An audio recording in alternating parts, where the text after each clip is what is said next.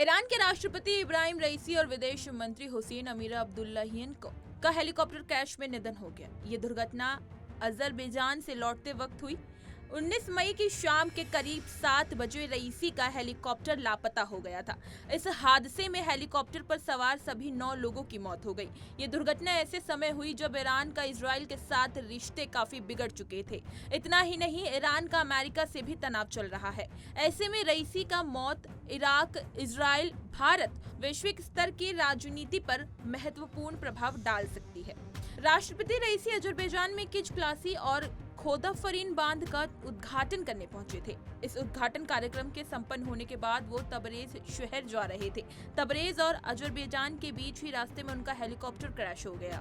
Disbalance होने के बाद जिस जगह पर उनके हेलीकॉप्टर ने हार्ड लैंडिंग की, वो तबरेज शहर से 50 किलोमीटर दूर वर्जेकान शहर के पास है। भारत के प्रधानमंत्री नरेंद्र मोदी ने सोशल मीडिया पर रईसी की मौत का दुख व्यक्त करते हुए लिखा, राष्ट्रपति इब्राहिम रईसी की मौत की खबर से स्तब्ध और उदास हूं। भारत ईरान इन दोनों देशों के रिश्तों को मजबूत करने के लिए उनके योगदान को हमेशा याद रखा जाएगा। ईरान के लोगों और रईसी के परिवार से शोक प्रकट करता हूं। इस दुख की घड़ी में भारत ईरान के साथ खड़ा है। ईरान के राष्ट्रपति की मौत भारत के लिए गहरे झटके से कम नहीं है। दरअसल ईरान और भारत के बीच व्यापारिक रिश्ते तो हैं ही, साथ ही दोनों देश एक दूसरे का महत्वपूर्ण रणनीतिक साझेदार भी है। ईरानी राष्ट्रपति इसी साल भारत भी आने वाले थे, लेकिन अचानक हुई इस दुर्घटना में उनका दुखद निधन हो गया। रईसी का रुख का भारत को लेकर काफी सकारात्मक था और नरेंद्र मोदी के साथ भी उनके अच्छे संबंध थे। यही कारण है कि अमेरिकी प्रतिबंधों के बाद भारत ने ईरान के साथ अपने व्यापारिक और रणनीतिक साझेदारी को जारी रखा था। कुछ समय पहले ही भारत ने ईरान के साथ मिलकर चाबहार पोर्ट पर बड़े समझौते पर हस्ताक्षर किए थे। इस समझौते के तहत कम से कम अगले 10 सालों तक चाबहार पोर्ट भारत ही संचालित करेगा। इस डील को अंजाम तक पहुंचाने के लिए इब्राहिम रईसी ने काफी महत्वपूर्ण भूमिका निभाई थी। भारत को चाबहार पोर्ट का मिलना रणनीतिक रूप से काफी जरूरी था और पूर्वी यूरोप में जाने का रास्ता था, बल्कि इसके जरिए भारत मिडिल ईस्ट और यूरोप के रास्ते भी तलाश रहा है। ऐसे में चाबहार समझौता भारत के लिए बड़ी उपलब्धि है और उम्मीद है कि इस परिस्थिति में भारत ईरान का साथ नहीं छोड़ेगा। ईरान की राजनीतिक अस्थिरता तेल बाजारों में अस्थिरता का कारण बन सकती है, क्योंकि निवेशक ईरान के तेल उत्पादन और निर्यात पर संभावित प्रभाव का आंकलन करते हुए कारोबार से सतर्कता बरत सकते हैं।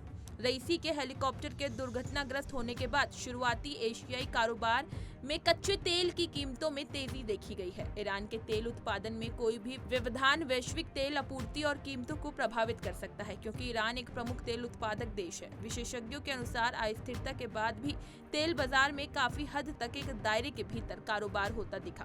भूराजनीतिक अस्थिरता अक्सर सोने जैसी सुरक्षित धातुओं की कीमतों पर ही असर डालती है।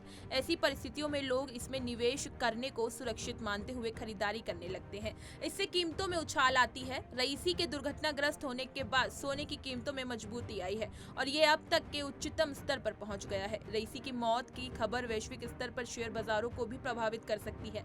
निवेशक क्षेत्रीय स्थिरता और अस्थिरता नीतियों पर संभावित प्रभाव को देखते हुए कारोबार करते हैं। इससे बाजारों पर उतार चढ़ाव दिख सकता है। रईसी ने इस्लामिक क्रांति के बाद ही न्यायपालिका में काम करना शुरू कर दिया था। इतना ही नहीं, उन्होंने कई शहरों में वकील के तौर पर काम किया था। ऐसे में रईसी के निधन पर उनके विरोधी एक ऐसे शख्स के चले जाने की खुशी मनाएंगे जो साल 1980 के दशक में बड़े पैमाने पर राजनीतिक बंदियों को सामूहिक फांसी देने का अभियुक्त था।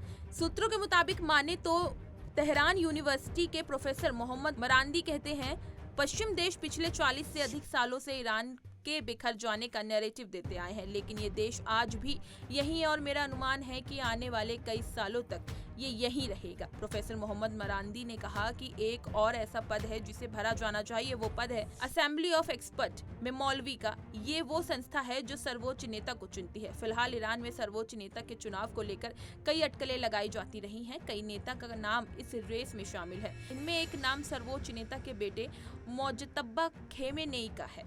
ईरान के राष्ट्रपति की हत्या के बाद मौजूदा राजनीतिक चुनौती यहाँ राष्ट्रपति का चुनाव कराना है। वर्तमान में उपराष्ट्रपति मोहम्मद मोखबर को इस पद की जिम्मेदारी दी गई है, लेकिन आने वाले 50 दिनों के भीतर ही यहाँ राष्ट्रपति चुनाव कराना ही होगा। इस पद के लिए मतदान की अपील ऐसे वक्त में की जाएगी जब मार्च महीने में हुए संसदीय चुनाव में रिकॉर्ड स्तर पर कम मतदान हुआ था। इससे पहले देश में साल 2021 में राष्ट्रपति चुनाव हुए थे।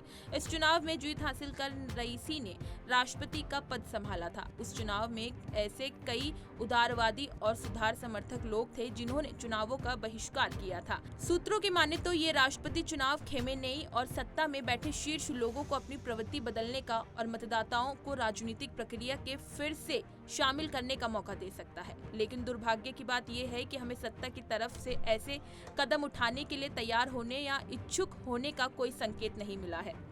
इसी तरह की तमाम खबरें और अन्य अपडेट्स के लिए बने रहिए हमारे साथ और देखते रहिए punjabkesi.com।